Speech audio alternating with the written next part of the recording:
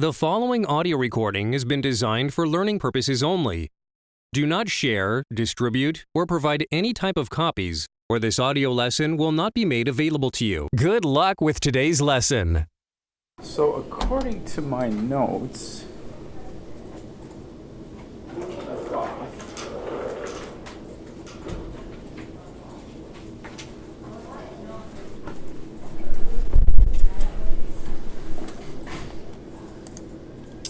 looking at the jokes program, right?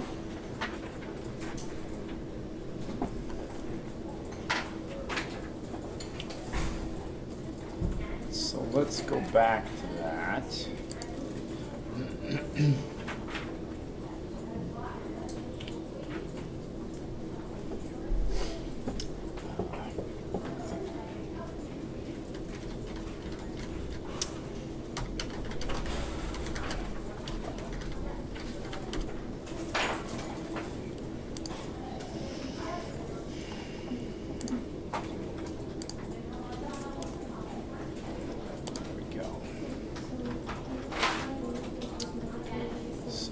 This guy here.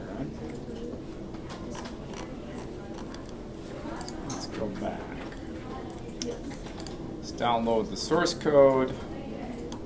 Let's open this guy up. So to be clear, right? So homework 3A, I want you to modify the guess the number game so that you can make it harder or easier. Does that make sense? And there's a couple of spots in that game that you can do things like that, right? Sort of on the immediate side. But it would be nice to be able to control that, right? Does that make sense to everybody? You can ask the user to do, what kind of a game do they want to play, all right? So here we are, right? When we last left, right, we were looking at this guy and talking about logic operators, right? Ands and ors, things of that nature, right? Does that bring back everybody's memory? All right, so let's go back to that, and then let's start working on your sort of standard procedure. Okay.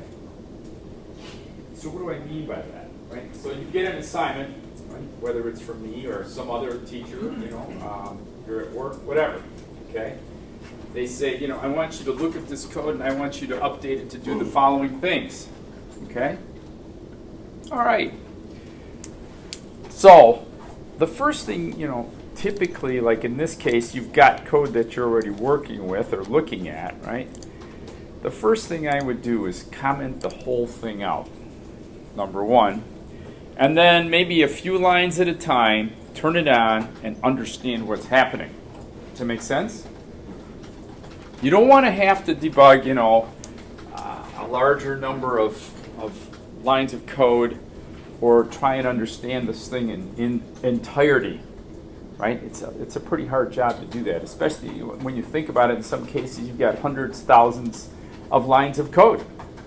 Right? So you want to step back and really understand what's going on. Does that make sense? So I'm going to turn on, for example, this block of code. All right? So that's now active again. So here's what I want you to do. We're going to start doctoring up this code. Okay. We're going to start doctoring up this code, right? To A, understand it, and then B, to start making changes to it. Okay? So, first thing I want you to do is add a comment block into the code. You guys know what comment blocks look like at this point, right? We've done them a few times. So go ahead and do that, right? Add the comment block to the code. I'm just going to do this. Under the assumption you know what is going to go into that comment block at the top. Right? Does that make sense to everybody? So go ahead and do that. Put the right elements in there. Everybody with me? me here?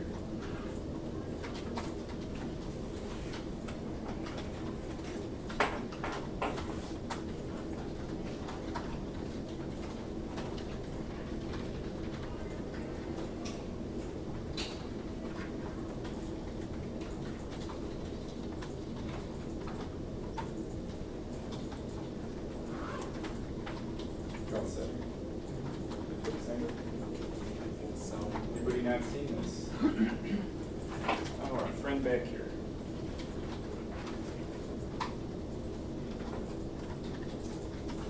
All right. We kind of caught up to that comment block thing. Everybody at that point? All right. So here's the sort of the conversation we had when we left off last time. I would like to be able to do something with the responses that are supplied by the user. Okay, does that make sense? So right now when you run this code, right, in its original form, does it do anything with the response from the user? No.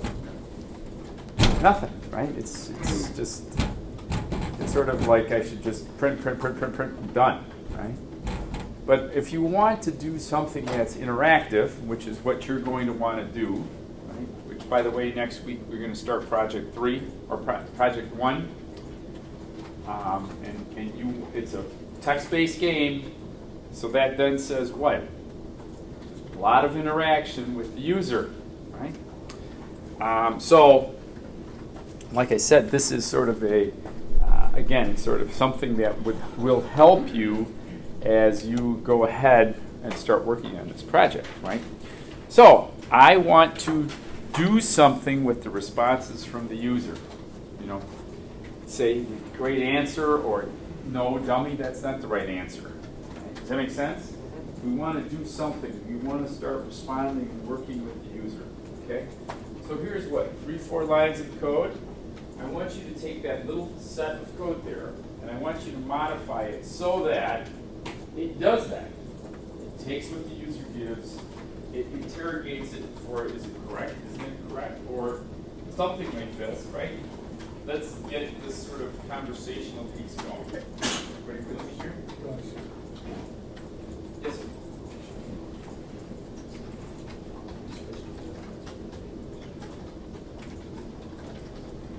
Okay. You don't have to, but yeah, it's not mine. That's all.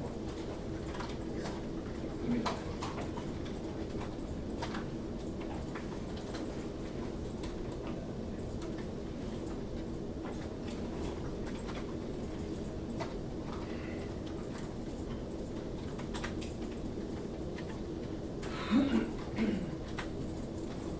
Website. Games, read online for free. Here's all the source code. So this is your first class. What class did you come from? Like registered, like? Yeah. Okay, so you've got a lot of catching up with that, like a lot. That's not good. Yeah, that's fine. So here's the code. So we download this code.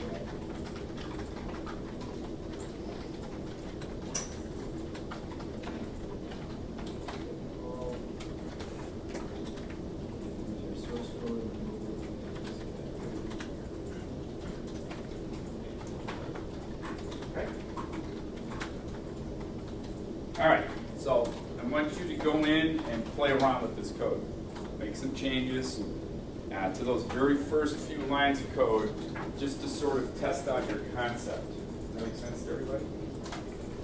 Interrogate the response from the user. Is it right? Is it wrong? And if so, what do you want to tell the user? Right? Okay. Everybody good with that? So go ahead and take care of that. And then we're going to come back around and see what's happening.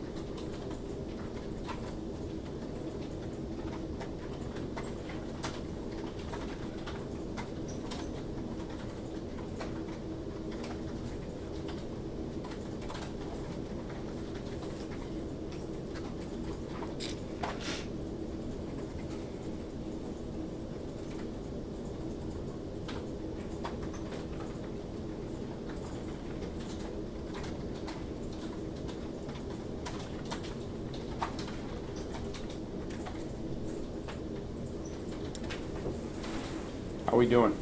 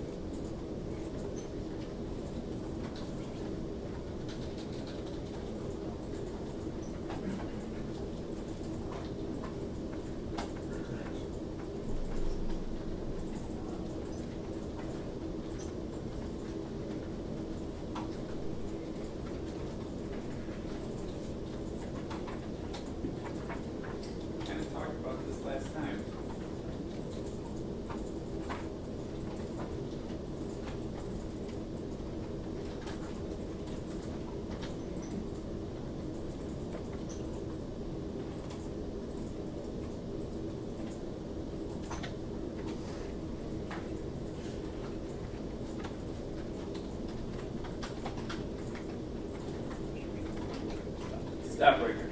Let's just stop right here.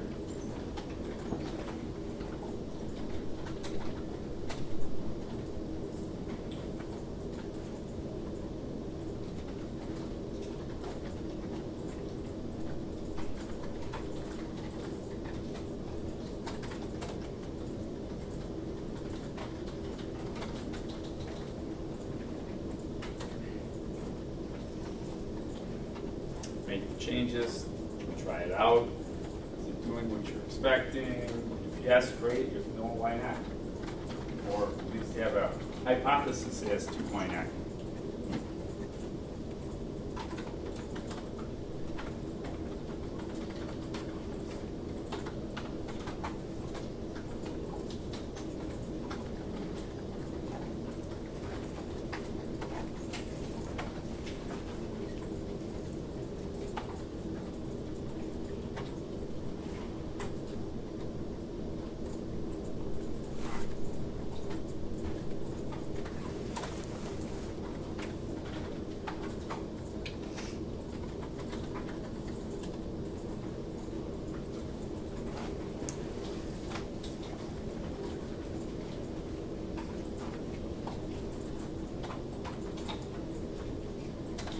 Everybody got something that's somewhat operational? Yes? Hmm? I did. Okay, good. It's all right. Right, your life is going to consist of writing some code, breaking some code, fixing it, writing, fixing it, writing, fixing it, etc., etc. I'll give you another couple minutes. We're going to have somebody come up to the head of the class and let's see what you did.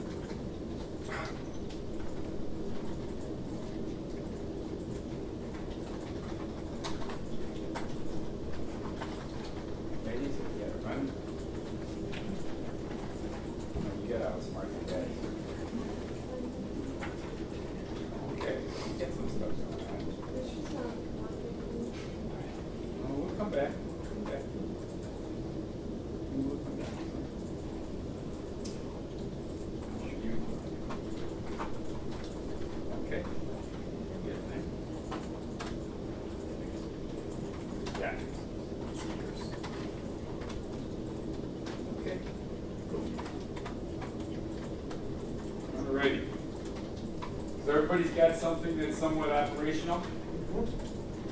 Yes? All right, so who wants to volunteer and come up to the front? Show us what you did. Right? And this is not a we're picking on you or anything like that, right? Because we can all do it. So anybody want to step forward? Okay, come on. Go ahead.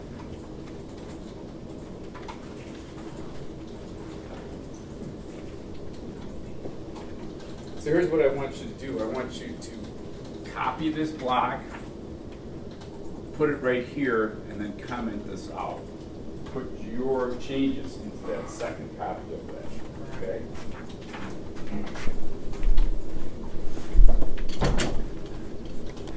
So, just start with my name up here. You can, but right now that's not what's important. All right. I would just leave it like this. Everybody's got their own version of this thing. Hang on, I gotta take this off. My car is in the shop. Go ahead, you start working on your code. Hello. Yes. All right. The way I started out was I changed the input so that answer 1 equals it, so that it would be like you're answering the question to a joke, but right now, but if we want to check if it's right or wrong, we add an if statement.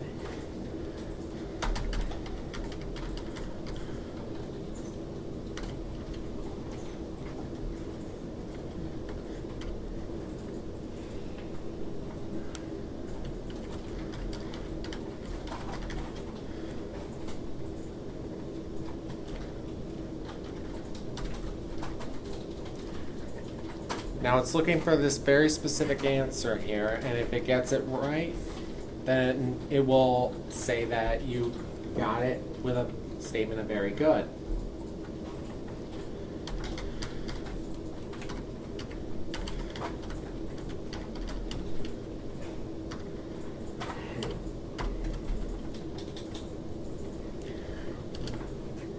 Now with this if statement, there also needs to be an else statement for if they get it wrong. So, sorry about that. My car's in the shop and I need my car. I understand. All right, so keep going. Then just go ahead and enter it, and then we're going to come back and look at what you did.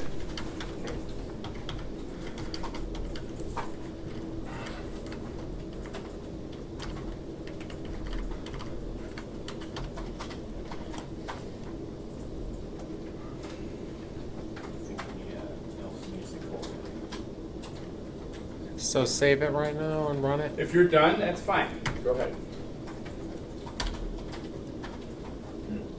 Okay. Are you all set? Here, let me drive for a while, and I'll make any kind of updates. I forgot the colon here. Okay. Go ahead.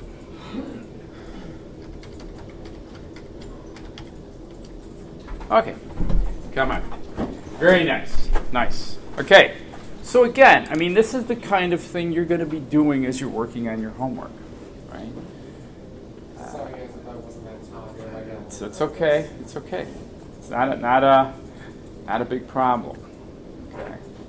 But right. So take a little bit of the code, make some changes, try it out, make sure it's doing what you think it should do, and then move on. Get to the next piece, and the next piece, and the next piece. Okay. When we start working on our project, writing the code for that guy, which will be in week 5, right? Well, actually, we'll probably start already next week, part of the whole thing. But the idea is that you won't have some starting code to work with, because guess what? It's your code, right? So you'll be creating your own stuff, right? Right now, we're just looking at conditionals, right? At this particular version, it's looking at single version conditionals, right? So let's take a look at what he did. So we have a prompt there. Does everybody follow what I'm saying? So this line of code, this is prompting the user to enter something. Okay? At which point, whatever that user enters, what's going on in this line of code? It's a what? It's an assignment statement. We're taking something from the user and assigning it to what? Answer 1. Right? So if this is your program out in memory, right, here's your program. You've got some variable out here, and it's going to have this guy out there, answer 1, and whatever the user gives will be assigned to that location that's been allocated to that. What can you tell me about the data type of answer 1? It's a string. Why? Because it's text-based. No. Exactly. It came from the keyboard. It's been input from the keyboard, right? Anything that comes from the keyboard we know is what? String, right? I don't care if you enter in a numeric, like a 1 or 59 or 2000 from the keyboard at this point, it's going to come into the system as a string data type. Everybody with me? All right, so we have this answer 1 value. And then we get to this guy right here. What's happening? What are we doing there? We're interrogating what the user entered, right? It's a conditional, single fire conditional. In other words, you got one shot. It's this, if answer 1, double equal sign, so we're looking for equivalence, is equal to that specifically, right? Lowercase frostbite. Nothing more than nothing less, correct? What happens if you enter in capital F right there? A couple of those there. I'm sorry? I want to take that one. Well, if you enter in, up here, capital F frostbite, and we get to this line of code, is it equivalent or not? No. It's not. Remember, Python is case sensitive. So it's going to look at this guy, and what's going to happen here? It's going to fail this, right? Because it's not true, and it'll drop into the else condition here, the default condition. Does that make sense? The way this is written, it has to be specifically this guy right here, right? Otherwise, you're going to get this. Sorry, the answer is capital F frostbite with an exclamation point in there, and also exclamation point. Does that make sense? So if you were looking at this from a sort of mental model, you drop into this, right? You're at the start here. You drop into the first conditional. Well, hang on. Oh boy, here we go again. I don't have a eraser.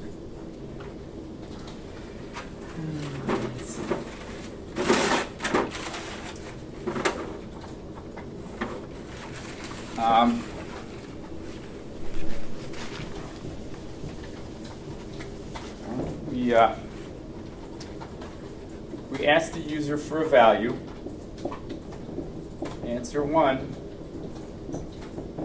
That value then drops into diamond. A diamond, if you were to, I'm writing up or just drawing up the flow of the information in this program.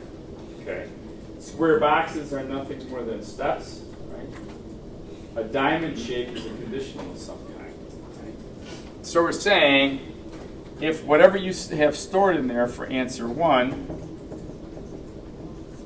is equal to frostbite, if this is true, what's going to happen? If it's true, it's going to do what? It's going to drop down. Well, it's going to say, very good, right? Is that correct? It's going to say, very good, the output, right?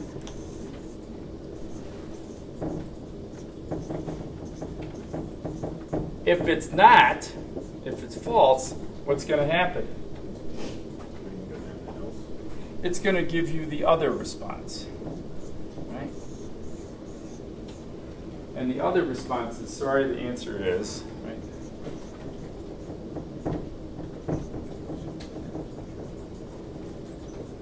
Right? What's going to happen after that?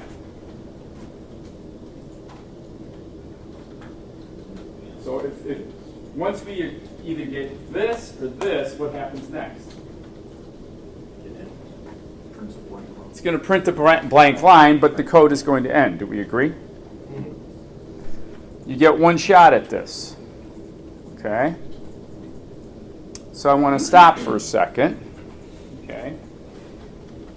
What if I wanted to have more than one possible answer for this? Go ahead.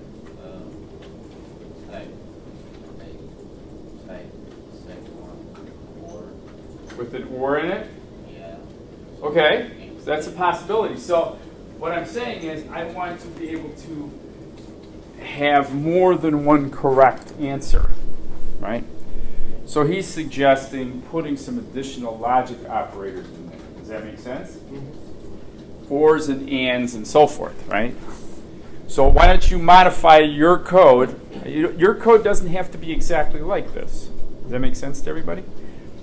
We're just kind of doing a little lab experiment here, right? I want to be able to have more than one possible correct answer. Okay? Right? This is chapter 4 material now. More than one possible correct answer. How do we do it? Go ahead, make your changes. We're going to call for somebody else. Yes, ma'am. Is else just considered a false? It's a default. Yes. What does that mean? So, in other words, if this is not true, it's going to come here. Okay. It's the default response. Oh, I see. If this were not here and this were not true, what would happen? It would just drop right out of that, right? So this is set up to have a default response. So no matter what happens, no matter what the user enters, they're going to get something, right? Is that what that says?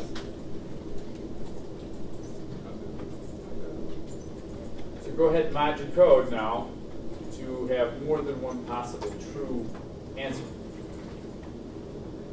Or depending on how you wrote it, it could be a false answer. I don't know how you wrote it. Oh, yes, sir.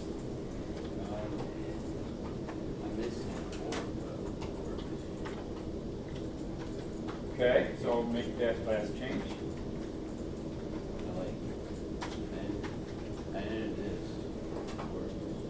That's okay. You can put the or statement in it, and I'll explain why it's doing what it's doing. I think I got it.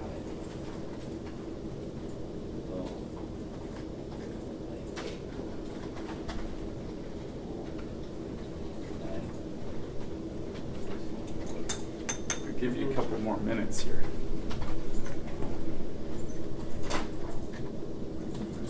I have a problem with the or statement.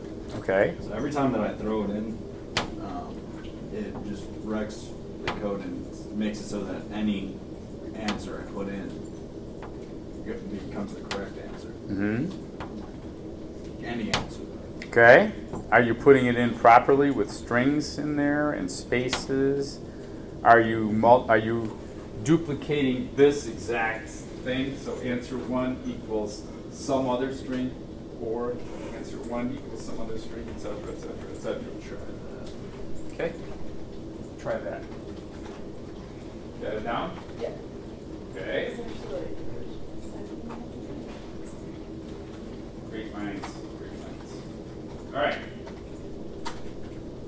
Anybody else? Okay. Did that help? Yeah. Imagine that. Yeah. All right. Let's see. Who wants to go? Want to go? I wish I could take this with me.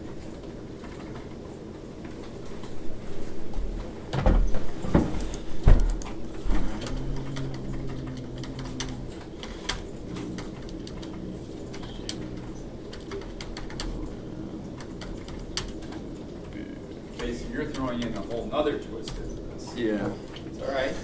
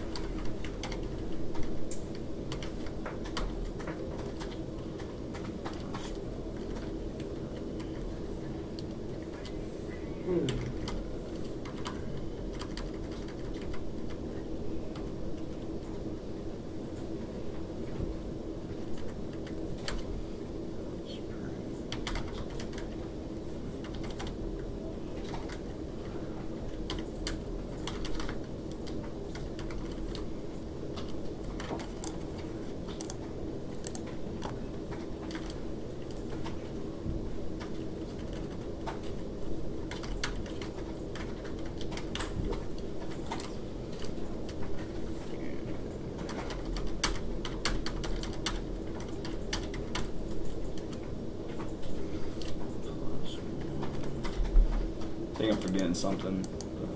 You are. Yeah. Oh yeah.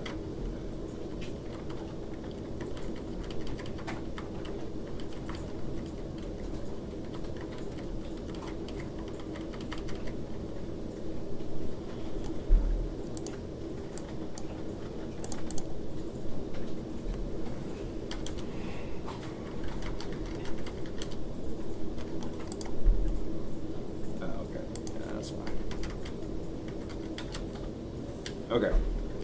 All right. Thank you very much. So let's take this one from the top before we tackle the next part of this, right? So I'm going to comment this out. Right? And then I'm just going to do this part right here.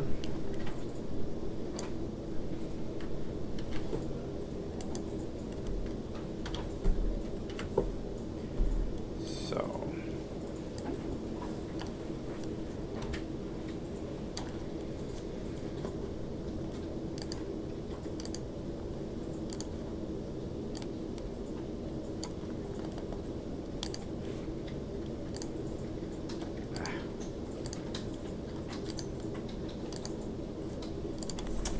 all right, so a couple things. Right? I said I wanted to be able to have multiple possible correct answers. Does this look like that would solve that? It's got two. Right, it's more than one, right? I didn't say how many, but just multiple. Right? You could make this have 5 more. Right? Here's the question. Do we need to have this in front of this every time? No. Because doesn't input automatically come in as a string? Okay. Does that make sense to everybody? Since everything comes in as a string, we don't really need to try and force it into being a string again. We're not really doing anything here, right? So we could probably eliminate these guys. Let's see. Okay.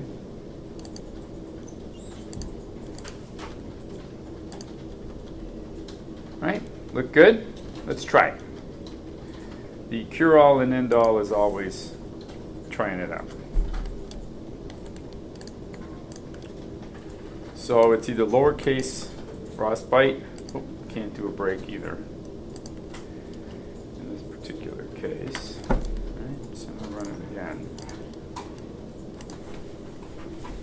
Okay, so I'm going to put in F, and we should see, sorry, try again, which we do, right? And I'll run it again. Right. And we'll put in lowercase frostbite. Oh, sorry, wrong spot. Wrong side. Okay, we are making progress. Do you agree? Right? Let me try one more thing here. Okay? Let's try doing this. This might be a little controversial. Let's try that. I do. Essentially what I do. I don't know. Put in if answer one.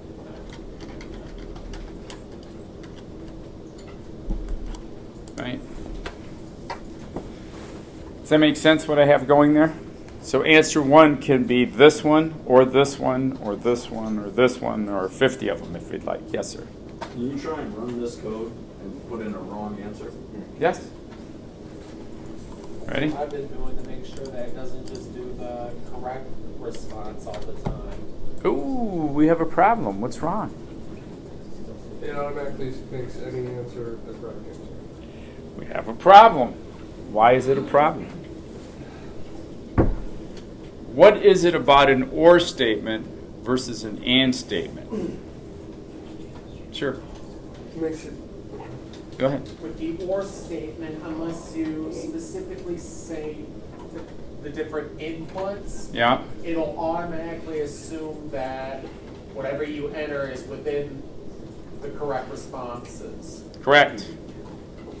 Right? It's going to check for criteria. Right? Criteria being if either one of these or anything is entered in at this point, the minute you have the flat or like that, right? It's going to say it's true and what else? Display that line. It's going to evaluate the true. In this particular case, you're going to have answer 1 equals frostbite. Right? Sorry. Let's try it.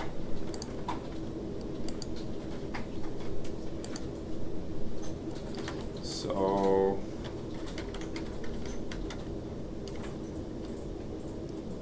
frostbite 1. Did it wrong. Let's clear this. Run it again.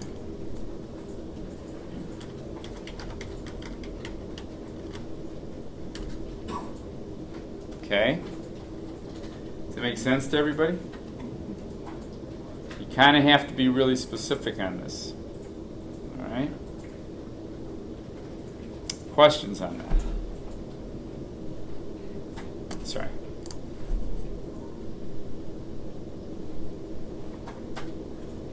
And if you run it and put something else in, anything but those two, it gives you that error. All right? Seriously, questions? Are we good here? Yes, ma'am.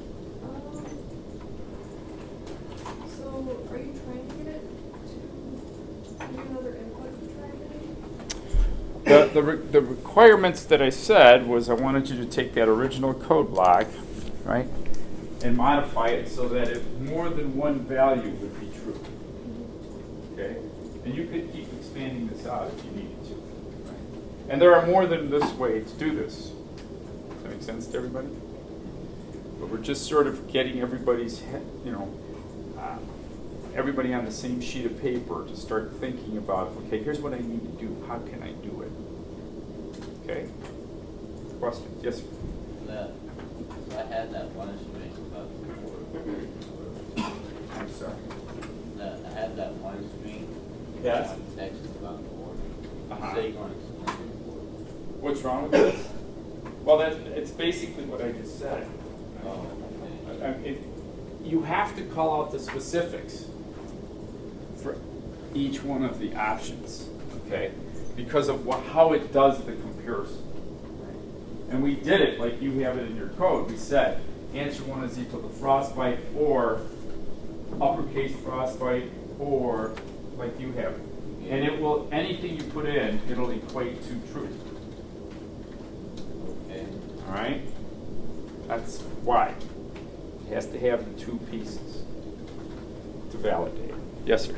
So if I wanted to put like a second if being like, let's say I don't know, and I wanted to give it a second response, can I put that before else? Yes. I tried doing that and it just comes up with the else. Well, so it's not just if now. Okay. It's called elif. L. Elif. So he's asking, can I do this? I want to have multiple possibles solutions. Let's say I have ants 1 equals frostbite, or right, answer 1 equals Frank. Right? I can say print got Frank. Doesn't matter. I'm now capable of doing multiple possibles as well. It's just another way of doing it. What this allows me to do is have different output statements based upon the input. Does that make sense? Questions about that? If you want to do, like, let's say 5 of them, do you have to change the LF to a different thing, or like LF1 or anything like that? What do you mean? So let's say you wanted to do Frank, and then you want to do one for Steve and one for Todd and all that. Yep. But you wanted different responses for each one. Right. Could you just write LF answer 1 equals Todd, Yes. and then give a response? Yep. Okay. It's always elif, elif, elif, elif. So if, elif, elif, elif, elif, elif, and then you also have to have the default case else. Okay. Does that make sense? Which is what we kind of have here, correct? We have that default case.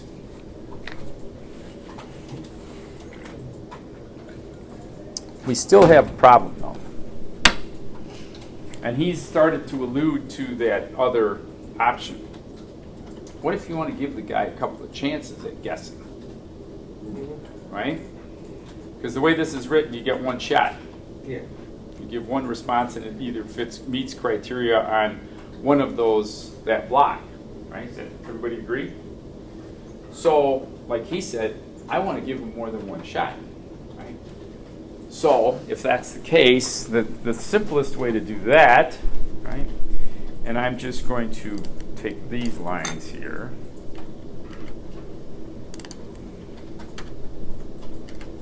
Drop that in. Now I have to indent again. Okay. And I'm going to do this.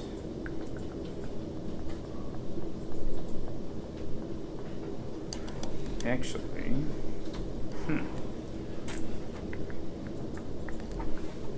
this needs to come out of here and get dropped into here. Okay. And we won't need this guy. All right, so he's already commented out. Okay. So what's happening now? So we have our initial prompt. I set an extra variable called loop. And what's my limit on chances? 10. I think that's a lot to try. I think we're being very generous to our person in the audience, given that this is sort of like a stand-up comedian, right? Usually you get one shot. If you're lucky, maybe 2, and then after that he'll just ridicule you to pieces. But, so loop is less than 10, and we get a value. Give me something. Okay. 3. I'm sorry. Yeah. Give me something to set in there for answer 1. Something to check for answer 1. And then we're going to go through our sort of list of possible correct answers. If it's none of them, right? I'm missing something here. Sorry. One small change. Got to bring this guy into the loop.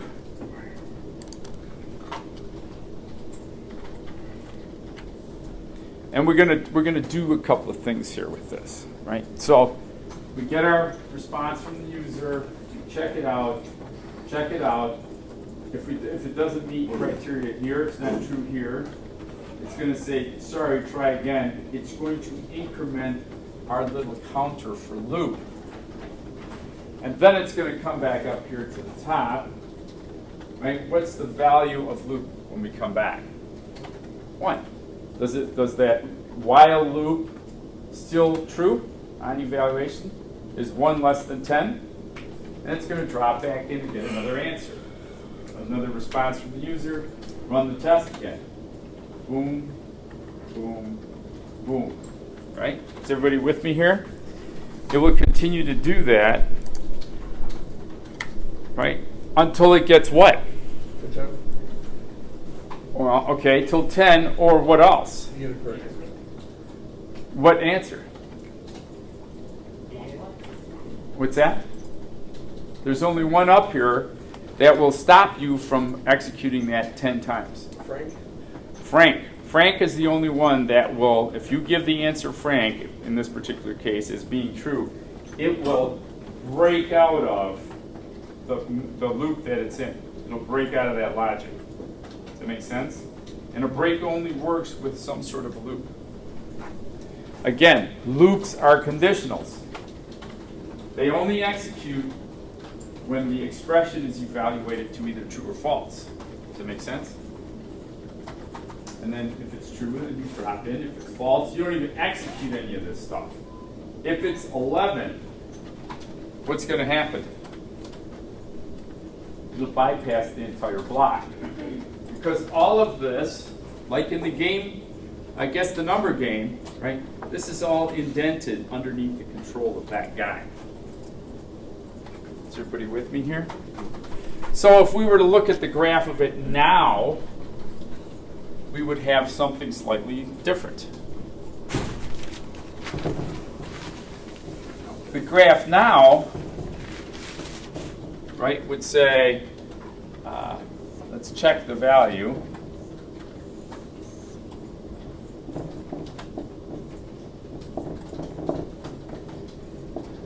And if it's true, if it meets criteria, you're going to do this. If it's false, what's going to happen? We're going to branch right out of this guy. We won't do anything.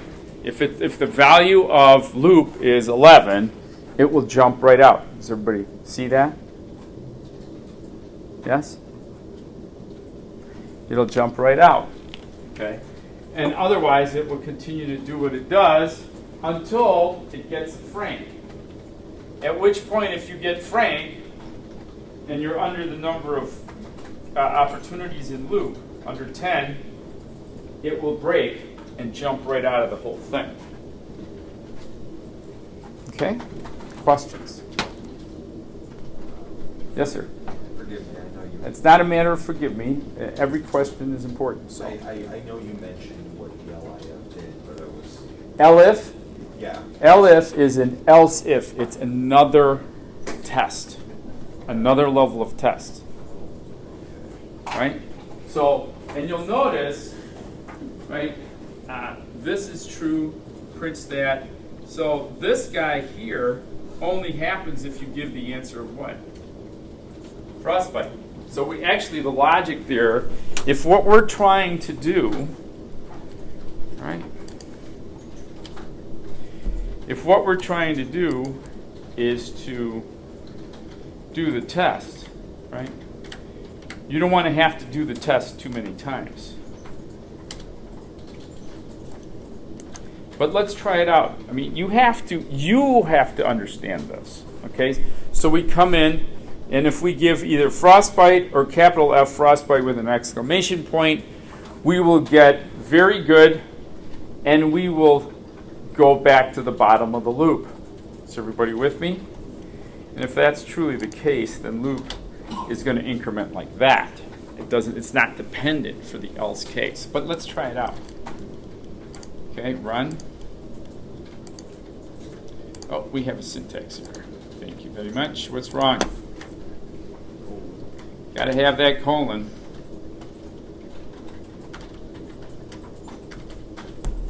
Let's try it now. Okay, I'm going to put in there Frank. What do we expect to happen? Is the first if statement going to be true? No. Is this elif going to be true? Yes. So it should do what? Break and move. Should break and get out. Is everybody with me? Let's see. Sorry, try again. Sorry, try again. Huh. Why did it do that? You got a capital. Because Oh, it's a capital F. It's a case cap sensitive. capital F. See? I tried to outsmart it. So let's break out of this and run. I'm going to put Frank, and we should see what? Should Got just Frank. jump out of it, right? Got Frank, and we're out. Does that make sense to everybody? Let's run it again. Let's try to run it again. And I'm going to put in here frostbite, like that. And it should say very good, right? Because it should. And then what happens? That's the end of the code. No.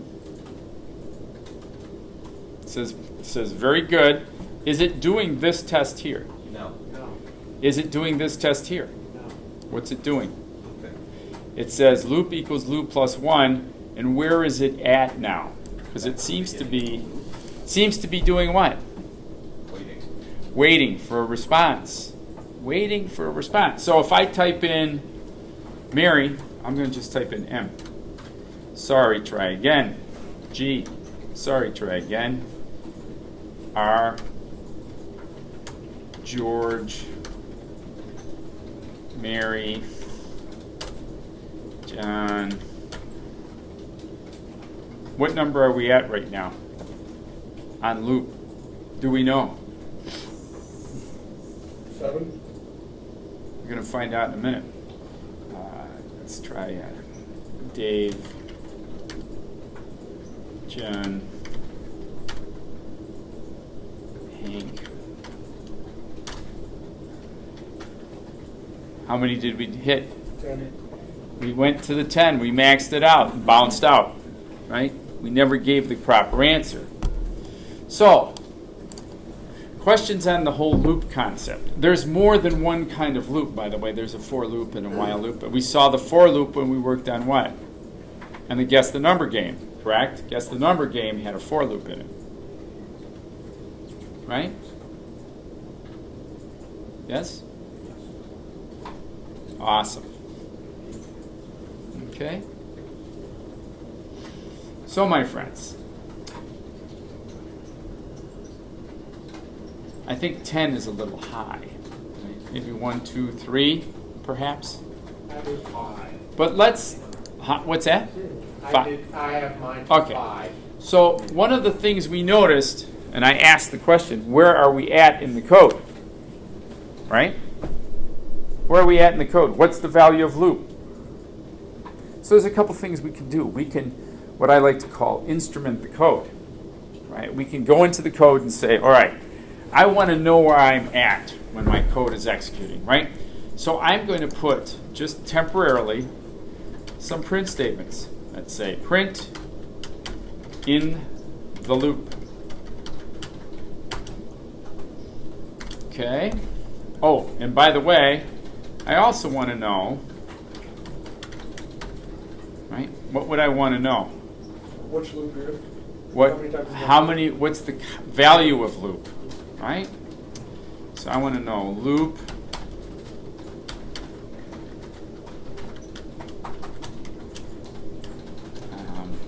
That's fine. Plus str loop. What's that going to do for me? It's going to tell you each number you're in. It's going to concatenate the translated value of loop, because what is the data type of loop right now? Sure. Integer. Oh. It's an integer. So if I want to see that, I have to concatenate this stuff together, correct? Is everybody with me? Awesome. So let's try it. Ready?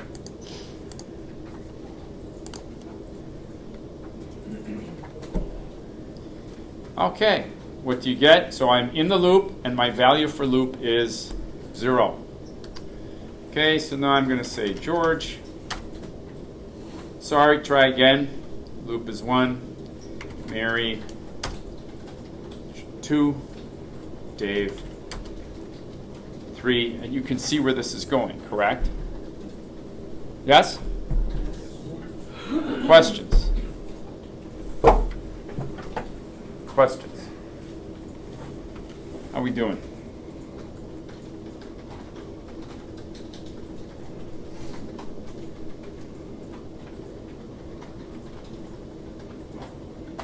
Questions?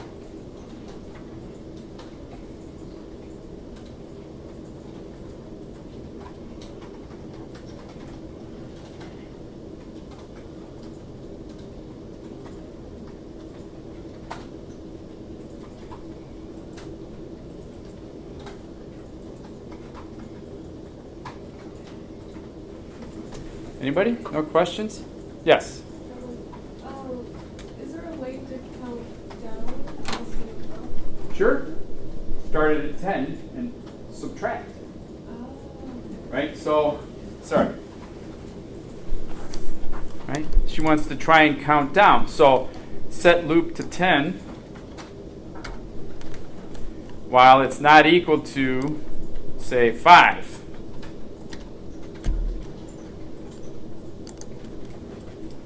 While it's equal to, my loop is greater than equal to 5. Right? And then just say loop minus. Right? How many times will loop execute now? I don't know. Yeah, possibly 6. If we do this, it won't.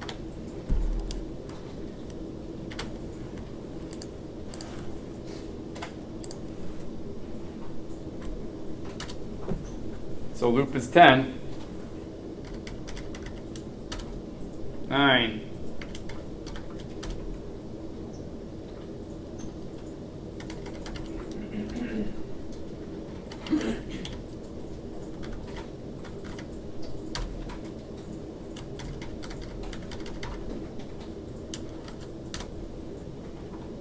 Right? How's that?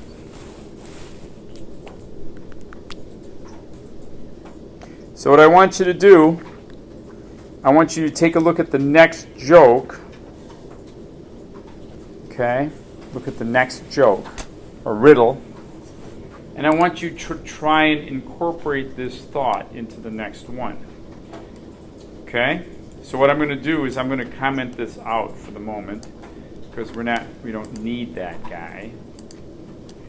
And we're going to go on to this guy here.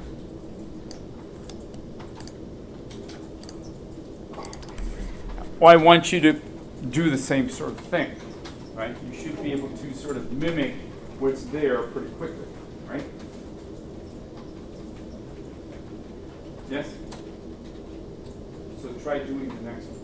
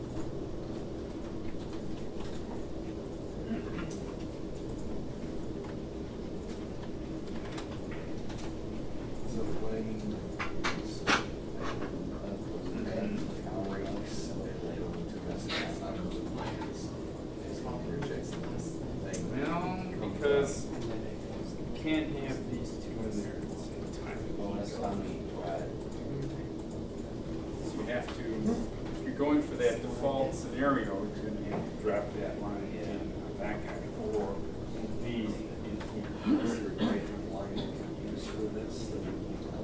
No, else is the default, right? So you have to say, on the third shot or whatever, right, EPB, and then print the actual color. Right? Does that make sense to you? Yes, how would I tell them shot? Well, instead of, you could put it actually right underneath prize. You don't need the else. Just delete that guy. Now delete it. Now execute that. Let's see. Let's see.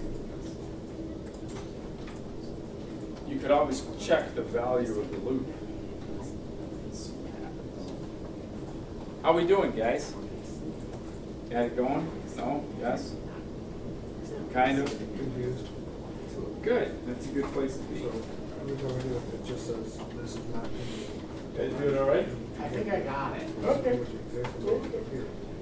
some reason, these were against the but it didn't say break that out of the loop, so every time I did You might want to do something.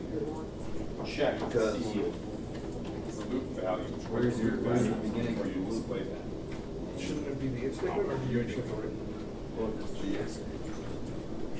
So, Backs up. so here's what I had originally. Okay. Okay. So when I wrote do that, I'm gonna go break is outside the loop. So it should be good.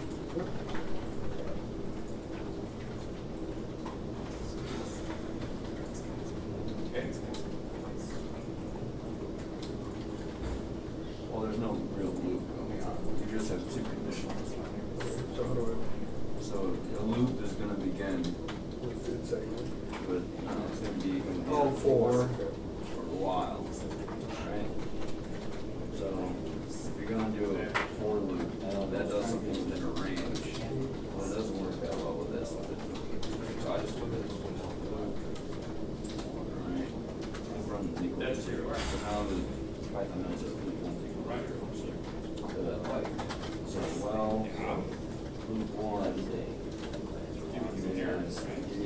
something along, so well, loop one is less than 10, or less than 3. Oh, colon. They're just put, let's say they want to do any of that stuff already, want to do the specific, whatever that, could I just put while on? That's the standard. Whatever, too, but if I didn't have to do it, how many loops? Then it'll just run forever. Well, I was just saying, but if I were to do that. Yeah, wouldn't if you it- were, wouldn't- you could wouldn't it try. break them if I give you these two answers? Because it'd be. Well, it's not done yet, Yeah. so you need a couple other things, like, So if I try to remember.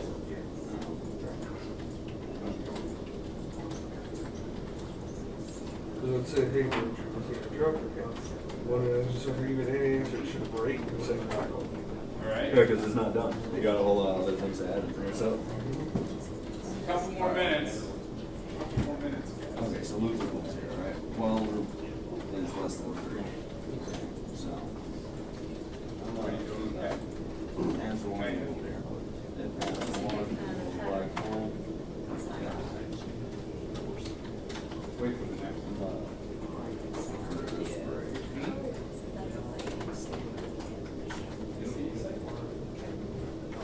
Okay. Why don't you come up? You Bring your gotta code. this, so Let's see what you get going on. and then it restarts. And then else right here. Because this is the else statement. Right, wrong, It's or not the right answer. whatever it is, bring it on up. You're gonna have to do another input. I think I got it. Okay. Hold that. Because it should just go back to the Hold that. He's gonna bring up his latest code, and we're gonna take a look at it.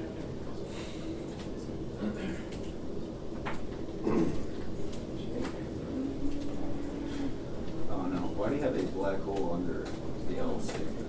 Well, what I want to do is just for the beginning, just be like, you get one guess if you're wrong, it's just. just want one guess? Well, that's what I was gonna get the first time, just to, but again, I couldn't get back to work, so. But if we're gonna say no, try. Watch this guy. I would just. Let's where did that It's go? not that. I'll just minimize everything. On the stick.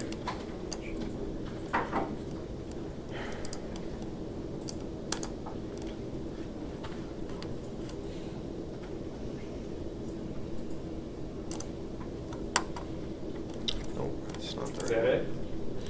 one. This is the one Okay. that I was. So this is the second problem, or the second riddle. Right? Answer 2, loop is 0, less than 4. So go ahead, comment out the top one. Comment to the top one. Not that. Yeah. Comment out that guy. Let's focus on this one.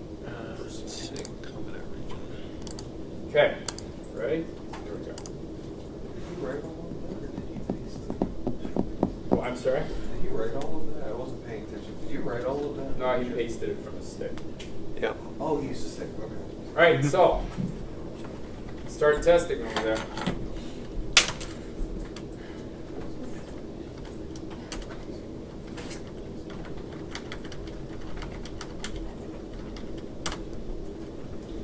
Okay, so far so good. Let's run it again. Let's go back to the code. All right, so what do dentists call an astronaut's cavity? Get a value set to 0 as long as it's less than 4, less than or equal to. So you got 5 options or 5 chances. It's equal to this, or that. Okay. And if you get it correct, one of them. Oh, hold on, I'm getting busy here. Sorry. Good job. You're right. Great. Okay, so we're busting out of the loop if you get it correct. Right. Then if loop is less than 4, nope, try again. Answer 2, get some value again. Increment the loop counter and jump back in. Is it correct? Right. Is everybody with me here? So it seems to be okay. And if you don't put anything in, so run it again and let's just put in, like, hit the enter key.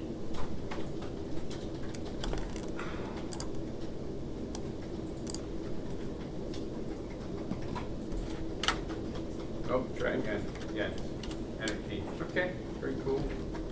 Keep going. Let's see if we can exceed the counter. All right, very good. Nice round of applause. Just kidding.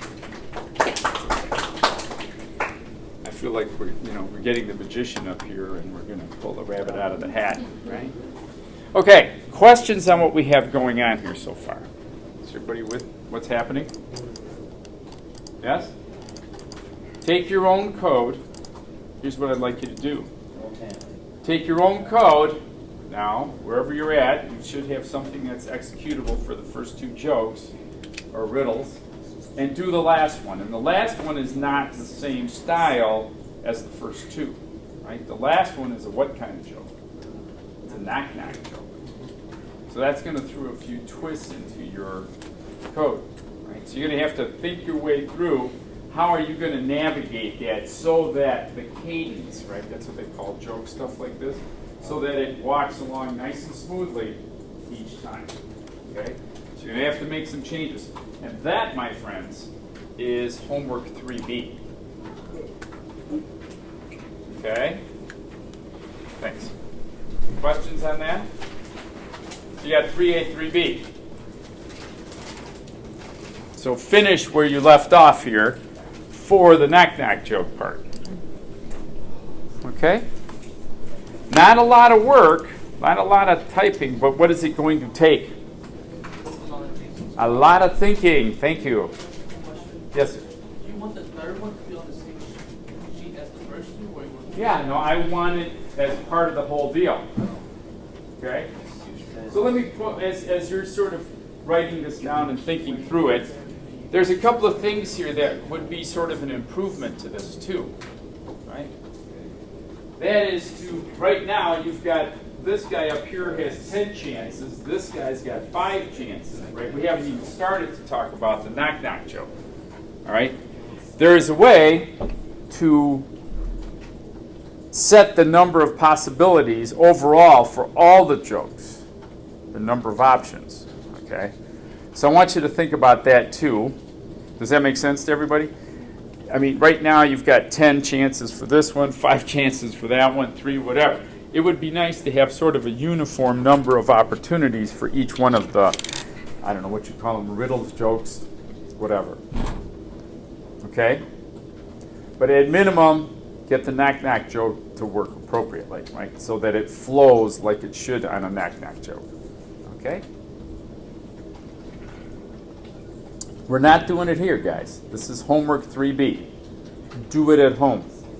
Just like 3A, 3B, because we're going to jump back into the material here. All right? I know everybody's like madly trying to get this done quick. I'm just having fun. Well, I'm glad you're enjoying yourself. I'll ask you that same question in 2 weeks. Well, seeing as I'm having fun, but I also have a headache, most likely I'll be comatose. Nice. All right, so let's go now back to chapter 4 in the text, and let's double check that we got everything going, right?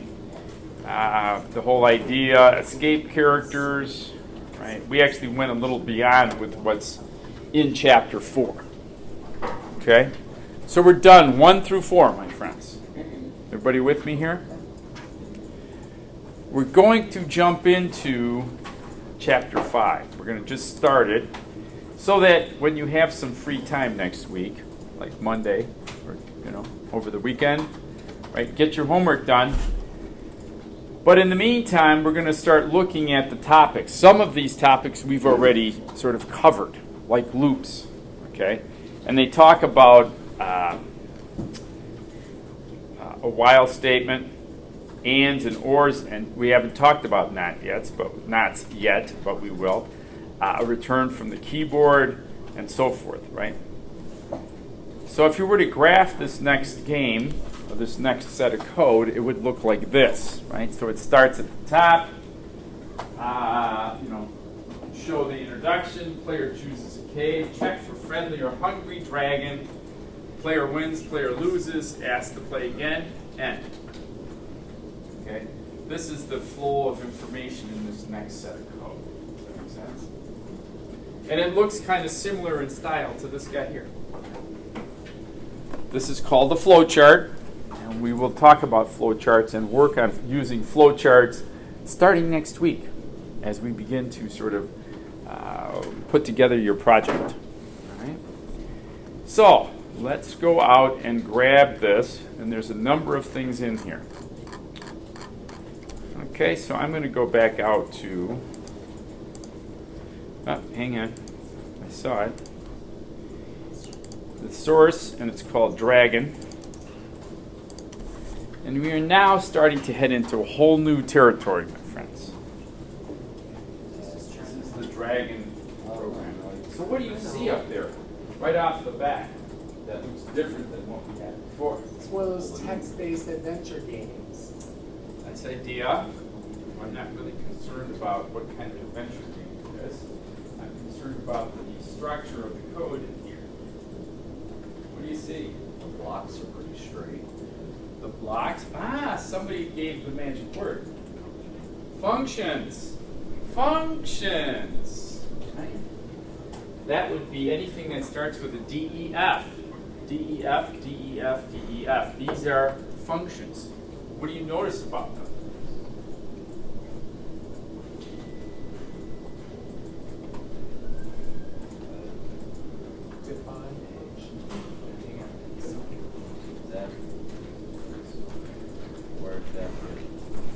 The words after it is blue, okay. You'll notice that there's this indentation here, right? Does that make sense? Same here, okay. Actually, this one's quite long. Right? We're going to add one to this when we sort of come back around to this next time. Right? But you'll notice, like, we've got some imports at the top. We have a DEF display intro. So what the heck? What is this whole idea of a function? What does that mean, right?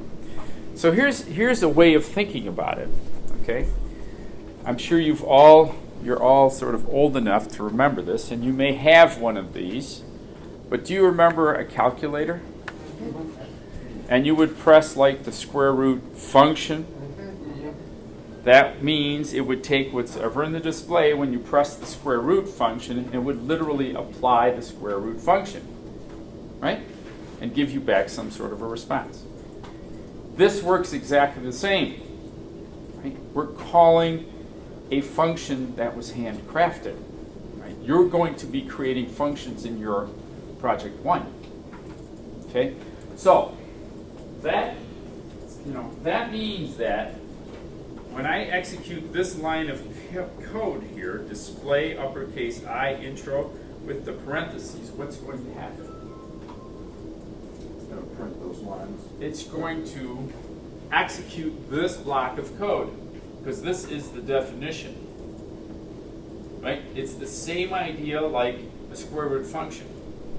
It takes what's in the display, you press the square root key, it executes the square root function, and returns a response. In this particular case, we're calling the display intro function. This guy right here. All of this is what's implemented or executed when you call display intro. Does that make sense? So I'm calling display intro, and it's going to pop up some text. Right? Again, we're going to call another function called choose_cave, which is this guy. And this guy is a little bit different than this function. Take a good look at that choose_cave function. What do you see in there? What looks different? Something new. I see strings without a value. Strings without a value. Oh, you mean cave equals? Yeah. Okay. That's fine. We'll talk about that. It's got a loop in there, right? But what's after the loop? A what? A return statement. A return statement. Very interesting. Return statement. What do you think happens here when you call choose_cave?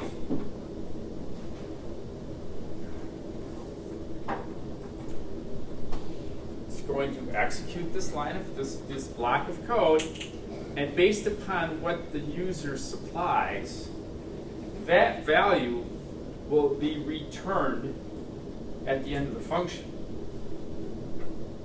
Okay? So in this particular case, it's going to be a 1 or a 2. Okay? And it's going to come down here. Notice the way this is written. Cave number equals choose_cave. So what do you think is going to happen to that return statement? Does it get overridden? No. Go ahead. The return statement value will be assigned to cave number. Ah! Somebody remembered that this is what kind of a statement? It's an assignment statement. So when you call this guy, this, whatever this value is for cave, will replace this. And that value will in turn be what? Assigned to cave number. Silence. Right? Then we're going to execute the next line, and what is going on in this guy? And again, we're coming at this from like the 20,000 foot level here, folks. It's calling the function check Cave with what? with the cave number. With the value that we set after we ran that choose_cave, right? So we're going to send that value in here. So when we call this guy, what is it going to be known as in there? Chosen cave. So inside of here, the value of chosen cave is this value over here. There's a little bit of hocus pocus going on here. Right? But we're sending this number, whatever the user supplied, a 1 or a 2, into here, and then it's going to use that value to make some decisions. We see something else over here that we've seen already, right? This line here. what's happening here? Go ahead. It's the assignment statement is going to the random library and giving a random integer for which one will be the good cave or bad cave. Well, we're sort of, but all it's saying is I'm either going to return a 1 or a 2 out of here, right? And there's some probability of that value. Does that make sense to everybody? It's going to assign that to friendly cave, and then we're going to come here, and we're going to run this, right? And it has to take and convert friendly cave, because what kind of data type is friendly cave? Integer. Integer. What's an integer? Random rand in. It's going to pick one or the other integer and assign it to friendly cave. Chosen cave, on the other hand, because it what? Came in from the keyboard, is a string. So in order to do this comparison, you have to change this from an integer to a string. Okay? Go ahead and run the game. Yes, sir. Could you also take the other value and turn it into an integer? You could have done that, sure. You can do it one way or the other. I mean, there's multiple ways to do this sort of stuff. I was wondering so much how you delay text like that. And so happy to learn that. Go. We having fun? So there's a lot of sort of at a 20,000 foot level, right? How much would you play this game if you were 10 years old? What's that? Only 3? Really? If you were 10? Come on. You have a short attention span. That's ADD for me. I think you would play it quite a few times, right? Waiting to find out, are you going to get the treasure or are you going to get gobbled up? Right? You would play it a number of times, right? But it's cool, right? It doesn't do a whole lot, but just enough to sort of drag you into the game, right? Interesting? Very. So let's think about what's happening here. Let's keep sort of looking at this. Right? We're calling display intro. We're calling choose cave. We're calling check cave with a cave number. These are 3 examples of 3 different kinds of functions. The first one does nothing but display something, doesn't return anything. The second function does something and it returns a value. That value in turn is assigned to a variable, and then that variable is used as a, what do we call that? Oh, that's right, you guys haven't read chapter 5 yet. It's an argument. This is known as an argument at this point in time, okay, when you call a function. Here, it's known as a parameter in the definition. These are the definitions. This one, and this one. They're the definitions of a function. And oh, by the way, they have to be written, and the function has to be defined prior to usage. Right? You can't have this block of code up here and execute it. It's not going to be very pretty. Okay? Because the interpreter doesn't know what to do when you call the functions if they're not already defined. Does that make sense? We're going to talk much, much more about all of this next week. But as you notice, the code is getting a little more complex. Right? But what this does, the ability to write code like this, starts to promote something called reusability. Write it one time and continue to reuse that.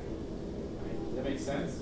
We're going to talk more about that and the impact of that on the whole sort of field. Okay. Questions? Where is the chosen cave assigned? Chosen cave. Chosen cave is not assigned. What ends up happening is this value is sent in this position.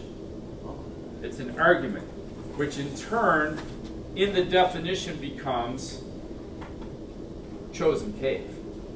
Right? Like I said, there's a little bit of this going on, a little sleight of hand, right?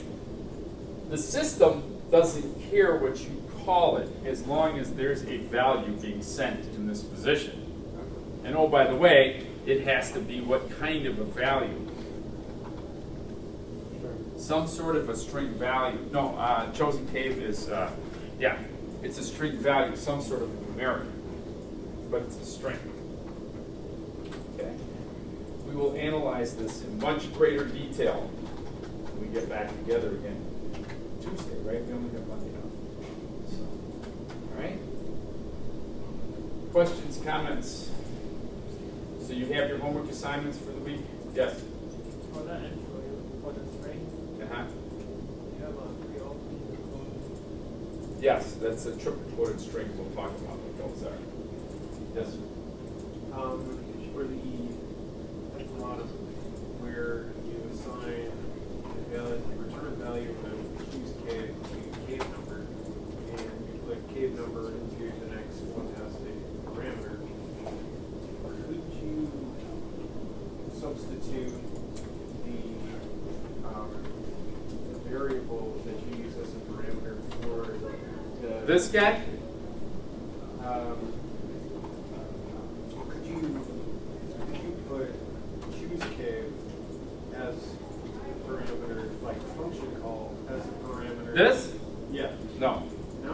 It's a function. It's not an argument. If you want to call it as part of another function, you actually have to physically write that line into the function definition. Call choose cave. Here's something you have to keep in mind a little bit, right? You always, when you're starting to use functions, you have to remember what they require and what they will return or not return to you. Does that make sense? So here it doesn't take anything.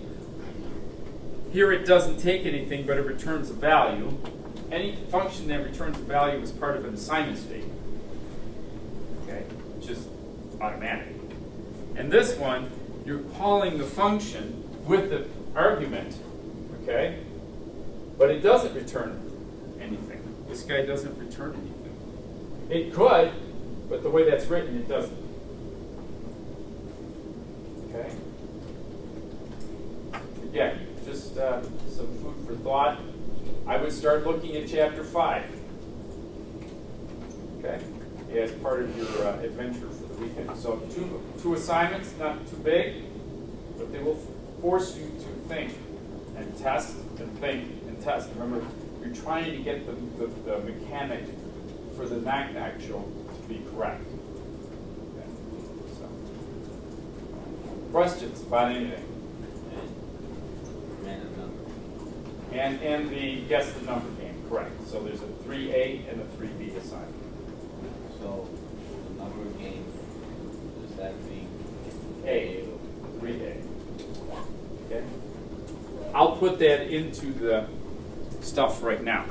Okay, 3A is the guess the number mod, and 3B is the jokes mod. Okay? Questions? All right. If you have questions, stick around. If you don't, have a nice weekend. We'll see you on Tuesday. Good luck with today's lesson.